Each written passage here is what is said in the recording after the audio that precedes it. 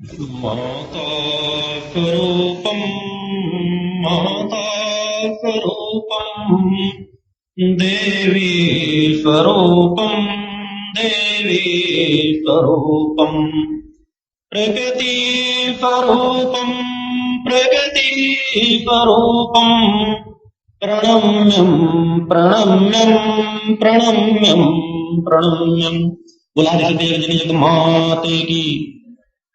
आज इस पवित्र स्थल पर मैं आप समस्त शिष्यों और भक्तों को अपने हृदय में धारण करता हुआ माता आदि शक्ति जगत जननी जगदम्बा का पूर्ण आशीर्वाद प्राप्त करता हुआ अपना पूर्ण आशीर्वाद समर्पित करता हूं।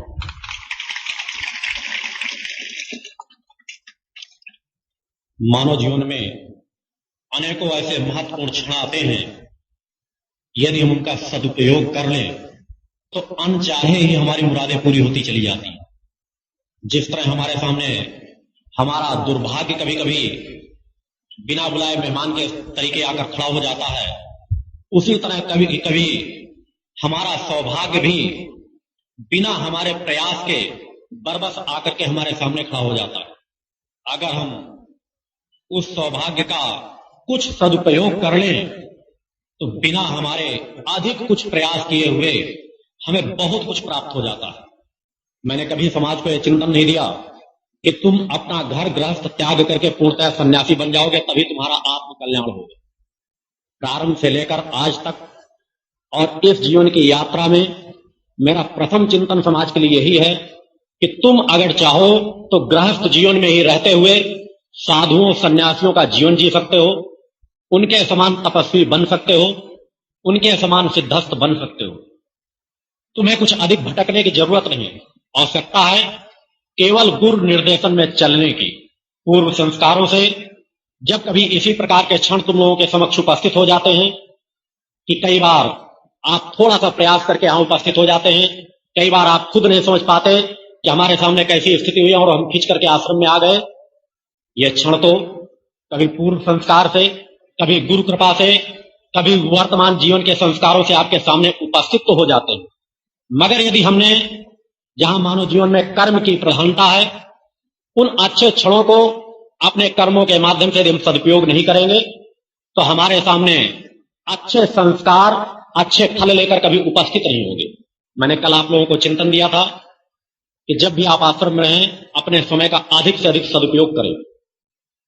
जैसा कि मैंने कल चिंतन दिया था कि इस स्थान से लाभ लेने के मेरे द्वारा प्रदान किए गए जो मार्ग हैं, उन पर आप लोग चलोगे तो मैं आपसे बोलूं या न बोलूं, आपके सम्मुख चिंतन देने के लिए बैठूं या न बैठूं, कहीं पर भी एकांत में हूं, इस आश्रम में सशरीर हूं या नहीं, यदि आप उन मार्गों का पालन करेंगे तो आप बरबस ही मेरे आशीर्वाद के पात्र बन जाते हैं। आपकी समस्याओं का निदान उन्हीं रास्तों से मिल जाता है। क्योंकि मैंने कहा है, वह समाज को भटकाने की दिशा में नहीं डालता कि आप अन्य गुरुओं के समान जिस तरह उनके सामने अपनी समस्याओं की जिंदात निवेदन करेंगे, उनके चरणों की सेवा करते रहेंगे, उनको फल फूल भेंट करते रहेंगे, तभी वह आपकी ओर निगाह डालेंगे। आप मेरे सामने कभी एक रुपया भी दक्षिणा के रूप में न रखेंगे, कभी भी मेरी सेवा नहीं करेंगे। अगर आप केवल मेरे बताए हुए निर्देशों पे आध्यात्म की डगर पर अगर आप चलेंगे तो आप मेरे सदैव प्रिय बने रहेंगे। मैं इस आश्रम की स्थापना माता आदि शक्ति जगत जननी जगदम्बा की कृपा से आध्यात्म के मार्ग पर समाज को चलाने के लिए कर रहा हूं, न कि एक पर्यटक स्थल बनाने के लिए। मैंने आप लोगों को जो चिंतन दिए हैं, आप लोग उन पे सतत अमल किया करें, उन मंत्रों का जाप किया करें। ओम जगदम्बे दुर्गाय नमः, त्रिशक्ति महामंत्र का, दुर्गा चालीसा के पाठ का। यहां आए तो प्रयास करें। मैंने कहा है कि 3 दिनों में मैंने कम से कम कहा है कि 108 परिक्रमा ध्वज की अवश्य पूर्ण कर लें। आप लोगों को प्रयास करना चाहिए। जैसे जब तक गुरु अपने मूल रहस्यों को व्यक्त नहीं करता, तब तक समाज उसका लाभ नहीं ले पाता। कम कम जो बाहर से भक्त आते हैं तो दूर से आते हैं, कम समय के लिए आते हैं, मगर इसके पहले यहां रहने वाले व्यवहारिक क्षेत्र या अन्य भक्तों ने कोई प्रयास नहीं किया कि जिस मूल ध्वज के बारे में मैंने अनेकों बार चिंतन दिया, उसके कम से कम 108 परिक्रमा पूर्ण कर ले। मेरे पास तो घंटों बैठना चाहते हैं।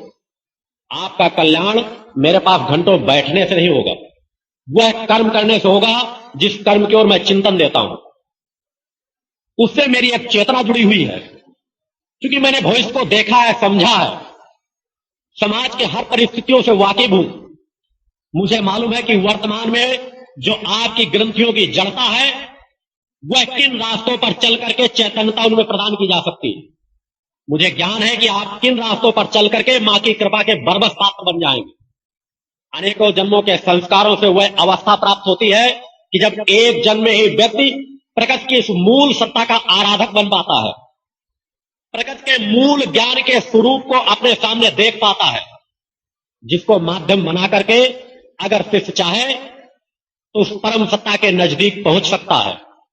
अन्यथा तो जीवन में भटकते हुए कभी आप योगिनियों, यक्षणियों, कभी राम कृष्ण इनकी आराधना करते करते न मालूम कितने जन्म व्यतीत कर देंगे, तब कहीं मां की आराधना का ज्ञान आपको होगा। और यहां सरल विधि के माध्यम से, सरल क्रियाओं के माध्यम से आपके अंदर कोई सामर्थ्य हो या ना हो, आपके अंदर शारीरिक क्षमता भी नहीं है, तो भी आपको सरल मार्ग बतलाए जाते हैं, जिन मार्ग के माध्यम से आप मां की पूर्ण कृपा प्राप्त कर सकते हैं। अभी तो प्रारंभिक वर्ष चल रहा है, पहला वर्ष है, और इसी वर्ष के अंदर मैंने बहुत कुछ रास्ते आप लोगों को दिए हैं। इस तरह के अनेकों मार्ग समाज के जन कल्याण के लिए दिए जाएंगे।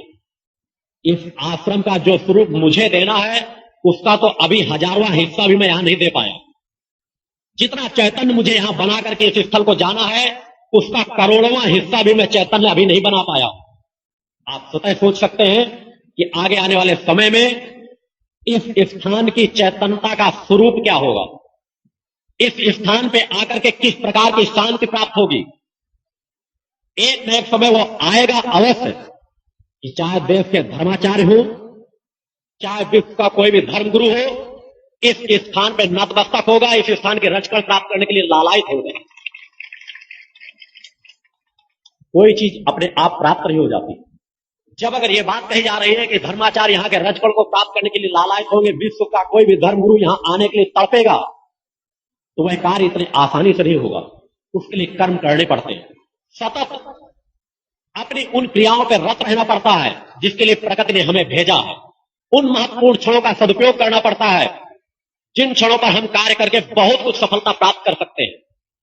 इधर का अधिकांश कार्य चैतन्यता का तो मां की कृपा से, मां के ही सामर्थ्य से इस शरीर के द्वारा किया जा रहा है। कुछ और साधना के प्रारंभिक रहस्य हैं जिनका ज्ञान शिष्यों का होना आवश्यक है। एक चैतन्य गुरु मैंने कहा जिसकी पूर्ण चेतना जागृत है, पूर्ण कुंडली चेतना जागृत है, उसके लिए कोई समय विशेष महत्व नहीं रखता। वो दिन रात के किसी समय भी ध्यान साधना अपनी पूजन संपन्न कर सकता है। उसके लिए कोई जरूरी नहीं कि वो ब्रह्म मुहूर्त में ही अपनी पूजन अनुष्ठानों को पूर्ण करे, सात्विकता के स्थान में ही बैठकर अपने अनुष्ठानों को पूर्ण करे। मगर जो प्रारंभिक सीढ़ियां चढ़ रहे हैं, शिष्य हैं, उनके लिए जिस तरह मैंने कहा वातावरण आवश्यक है, उसी तरह कुछ क्षण होते हैं, कुछ समय होता है, कुछ काल क्षण होते हैं ऐसे। यदि उन क्षणों पर हम मंत्र जाप करें, ध्यान साधना करें, तो कई गुना ज्यादा हमको फल मिलता है। हमारी सुषुम्ना कुछ छिरकन में रहती है जिसका हम सदुपयोग कर सकते हैं। अनेकों शिष्य पूछा करते हैं कि ऐसा कौन सा 24 घंटे में महत्वपूर्ण समय होता है कि जिस समय पर अगर हम पूजन आराधना करें तो हमें ज्यादा फल प्राप्त हो। वैसे तो कुछ विशेष पल और क्षण होते हैं, मगर अधिकांश क्रम में उनसे बता रहा हूं जिसमें आप विशेष परिस्थितियों में उलझन में न पड़े। उसके आसपास का समय भी समाज के लिए पूर्ण प्रभावक होता है। प्रातःकाल जो सबसे प्रभावक समय होता है मंत्र जाप, ध्यान साधना या आध्यात्मिक किसी भी क्रियाओं के लिए, सूर्योदय से 2 घंटे पहले से लेकर आधा घंटे बाद तक का समय, अर्थात 2.5 घंटे का समय साधना अनुष्ठान के लिए सब समयों से उत्तम समय कहा गया है। सात्विक साधनाओं के लिए, ध्यान साधना के लिए, कुंडलनी साधना के लिए। अतः शिष्य अगर चाहें तो इस महत्वपूर्ण समय का अधिक से अधिक उपयोग किया करें। इसमें आप किसी भी समय बैठ सकते हैं, कोई जरूरी नहीं कि अगर मैंने सूर्योदय 2 घंटे पहले कह दिया है तो आप आधा घंटे अगर आपके समय निकलता पूजन करें तो आप 2.5 घंटे बैठने लगे। इस अंतराल में आपके पास अगर 2.5 घंटे का समय है तो प्रयास करें पूरा 2.5 घंटे का सदुपयोग हो, आपके लिए फलप्रद होगा।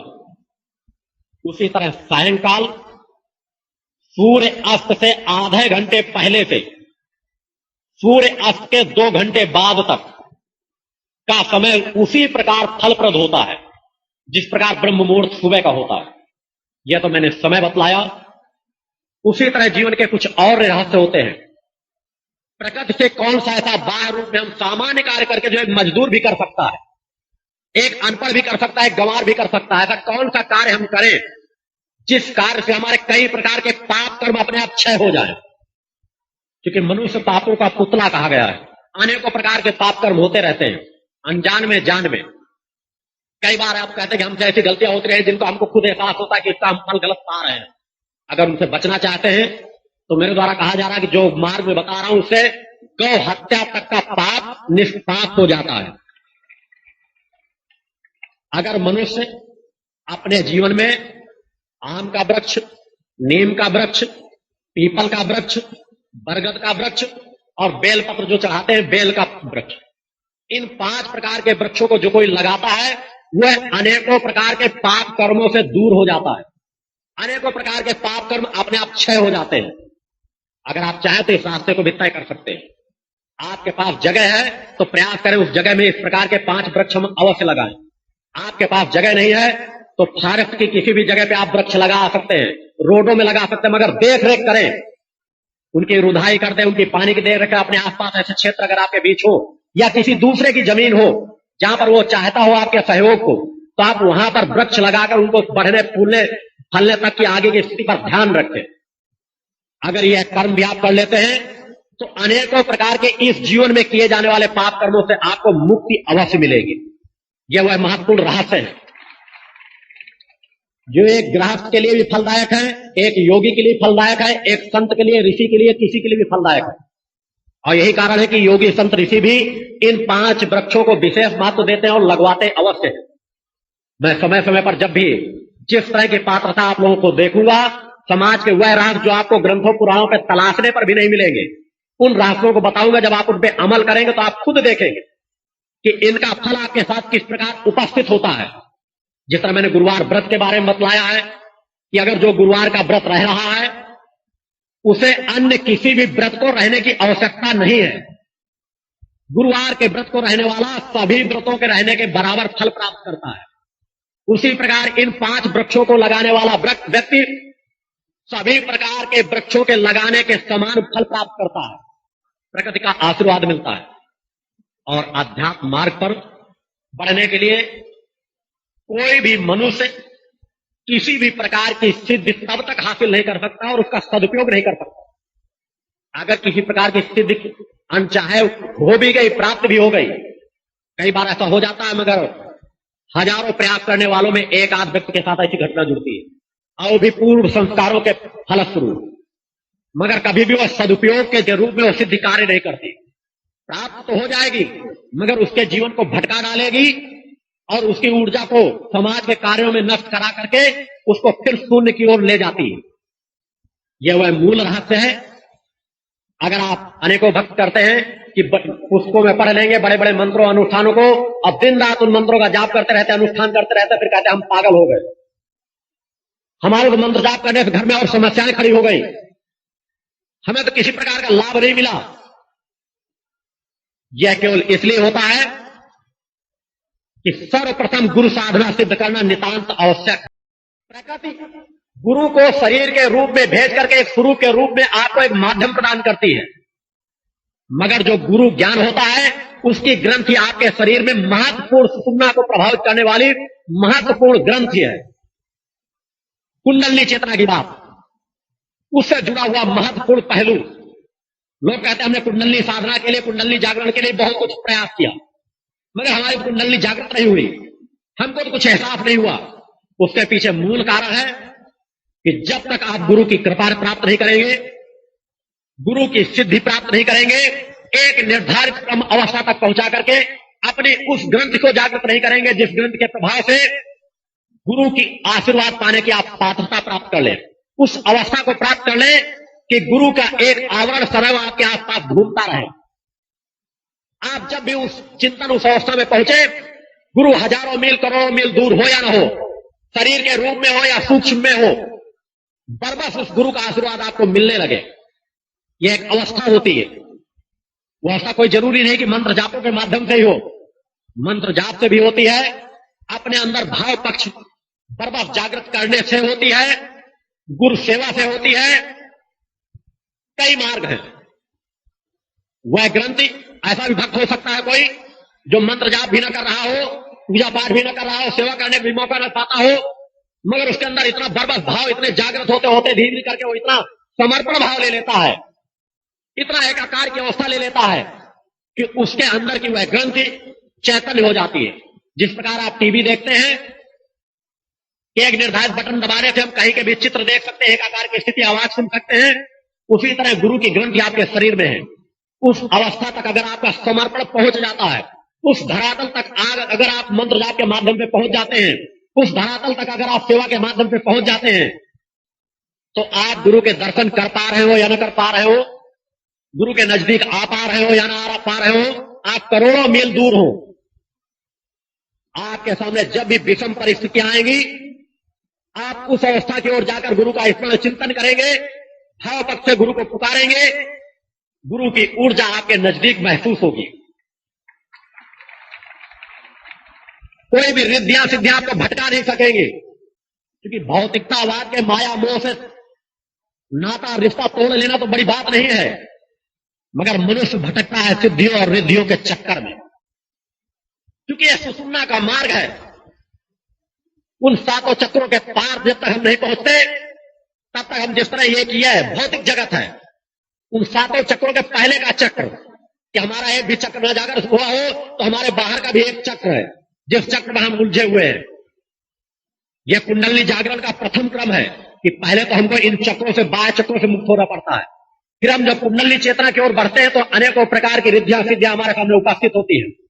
कई बार अगर हम उपस्थित रूप में साकार दर्शन नहीं कर पाते तो हमारे अंदर लगेगा ऐसा तप बल आ गया है कि हमें किसी की घटना देखने की स्थिति हमारे अंदर आ गई है। हम किसी को आशीर्वाद देते हैं तो फलीभूत हो जाता है, मनुष्य वहां भटक जाता है।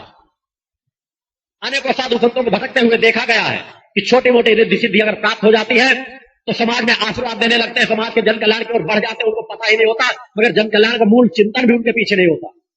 उनको लगता है हम आशीर्वाद देने के पात्र हम बन गए और समाज को पात्रता देने लगे। एक अवस्था होती है जब तक मनुष्य प्रकृति से एकाकार न कर ले, तब तक वह समाज के बीच बढ़ने का अधिकार नहीं रखता। तब तक रिद्धियां सिद्धियां प्राप्त तो हो गई, वो हो सकता पूर्व संस्कार के फलस्वरूप हो, हमारे हठ योग प्रयास के फलस्वरूप हो, क्योंकि जिस तरह सात्विकता के माध्यम से जागृत करने का मार्ग है, उसी तरह हठ योग के माध्यम से हम उन ग्रंथियों में तिलक पहुंचा सकते हैं, ऊर्जा प्राप्त कर सकते हैं, मगर हम उस ऊर्जा के गुलाम बन जाएंगे, क्योंकि हम नीचे से उस ऊर्जा की ओर बढ़ते हैं। कुंडली जागरण में भी मूलाधार से ऊपर की ओर बढ़ा जाता है। हमारा अस्तित्व सदैव उन रिद्धियों के नीचे रहता है, मूल आधार हमारा नीचे रहता है। रिद्धियां सिद्धियां जब भी हमारे सामने उपस्थित होंगी तो हमारे आगे उपस्थित होंगी, उनका आवरण हमारे ऊपर छाएगा। यह एक महत्वपूर्ण रहस्य है साधकों के लिए कि अगर उसके पार हमारे गुरु का आवरण नहीं है तो उस आवरण में हम ग्रसित हो जाएंगे और हमको पता नहीं कहां से कहां भटका कर ले जाएं। अनेकों लोग देखा गया छोटी मोटी क्रिया अगर सीख लेते हैं तो झाड़ फूंक नाना प्रकार की स्थितियों में पड़ जाते हैं। ऐसी क्रियाओं में पढ़ना नहीं चाहिए, इससे आपकी शक्ति नष्ट होगी। आपको शक्ति संचय करना है, बाह्य सामर्थ्य से समाज का सहयोग करें, अपनी तपस्या अपनी ऊर्जा को तत्काल बांटने में न लगे। अगर किसी का कल्याण भी करना हो तो मेरे द्वारा रास्ते बताए गए हैं कि अगर शिष्य हैं तो मां की ज्योति जला करके मां के चरणों में निवेदन करें, गुरु का आशीर्वाद प्राप्त करके उसका कार्य कराने का चिंतन करें। कभी अपनी सामर्थ्य में झोंके कि मैं ऐसा कह रहा हूं ऐसा हो जाएगा, उससे तुम्हारी शक्ति क्षीण होगी। वह भी तुम्हारा अहम है, तुम्हारे अंदर अहम आ सकता है कि यह कार्य केवल मैं ही कर सकता हूं, इस कार्य की सामर्थ्य मेरे पास आ गई है, इससे अच्छा कार्य और कोई नहीं कर सकता। तुम 2 कदम बढ़ जाते हो, तुम्हें लगता है कि सबसे ज्यादा समर्पण मैं ही गुरु को दे रहा हूं, यह भी तुम्हारा भटकाव है। गुरु को समर्पण, जो यह अवस्था आप सामान्य गुरुओं के बीच तो रख सकते हैं, आपको इस चीज का अभी ज्ञान ही नहीं कि जो गुरु आपके सामने उपस्थित है उसको समर्पित होने वाली चेतनाएं कितनी हैं, किस अवस्था को प्राप्त किए हुए हैं। उनके सामने तुम तो एक रजकण मात्र भी उनके नहीं। आता है अपनी शक्ति का कभी दुरुपयोग मत होने दो, अपने अंदर कभी अहम ना आने दो। तुम एक यात्रा तय कर रहे हो, आपका गुरु भी मां के सामने कभी अहम नहीं रखता। मां के चरणों की उस पात्रता को प्राप्त करके जिसके लिए आज हर आसन पर दावे और चैलेंज के साथ कहता है कि इस धरती से जुड़े हुए ब्रह्मांड में, उस सिद्धाश्रम लोक में उस अवस्था को किसी ने प्राप्त नहीं किया। उसके बाद भी मां के चरणों में अपने आप को कितना सामान बनाकर रखता है, इस चीज को आप समझ नहीं सकते।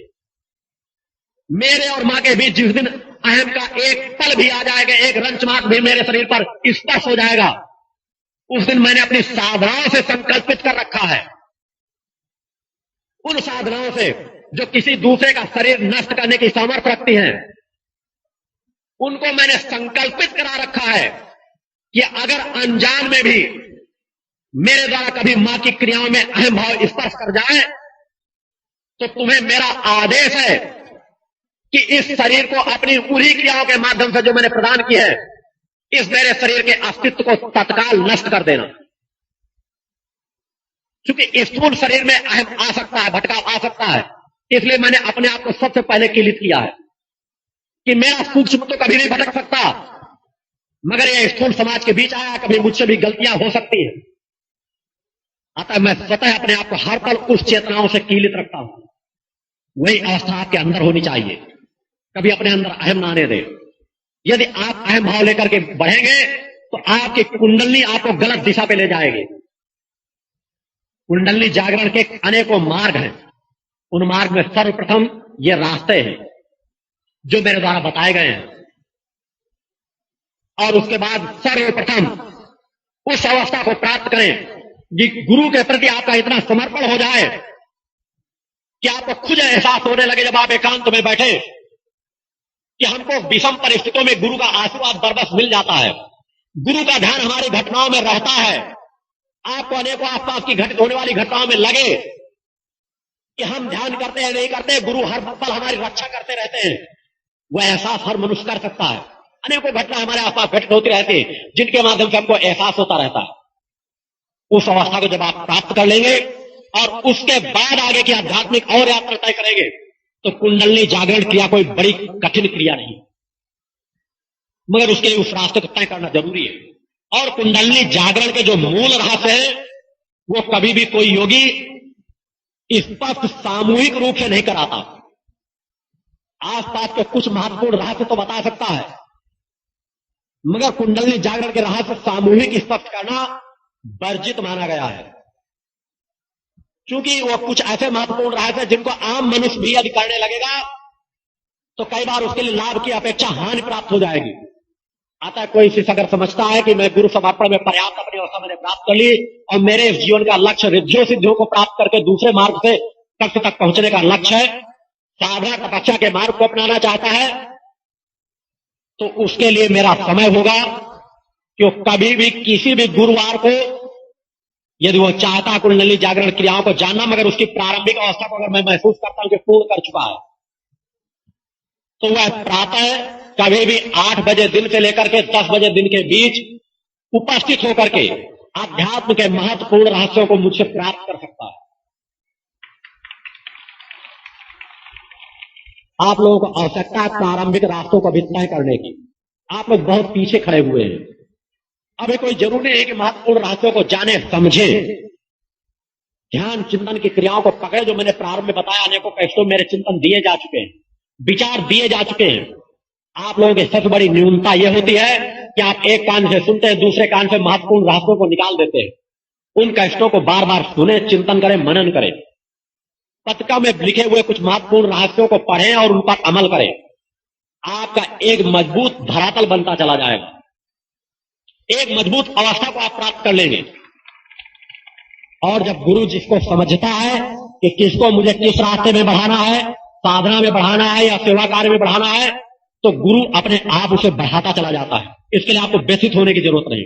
अगर व्यथित होना है, परेशान होना है, तो उस अवस्था तक को प्राप्त करने की कि गुरु की नजदीकता हम किस प्रकार प्राप्त कर लें, और उसके लिए दिखावा और नाटक से आप नजदीकता प्राप्त नहीं कर सकते, अहम भाव से नजदीकता प्राप्त नहीं कर सकते, केवल धन दौलत चढ़ा करके नजदीकता प्राप्त नहीं कर सकते।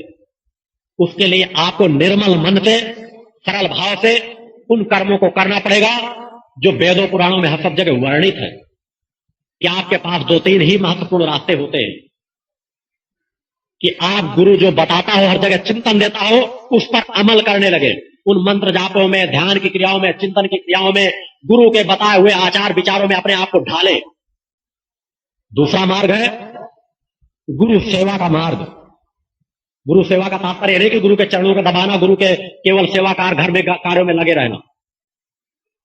गुरु सेवा का तात्पर्य है अपने आप को पूर्णतः गुरु के चरणों में समर्पित कर देना कि मेरा जिस प्रकार से कल्याण हो रहा हो, उन कार्यों में मुझे लगाओ, मुझे रत करो।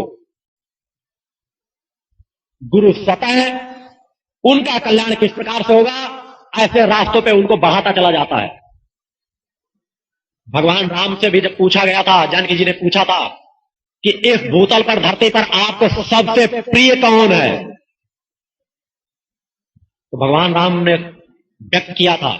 बाहर कहानियों किस्सों में क्या मिल जाए ये तो मैं नहीं जानता, मगर सत्य जो है वो सत्य ये था कि इस धरती पर अगर मुझे सबसे प्रिय है तो वह है हनुमान।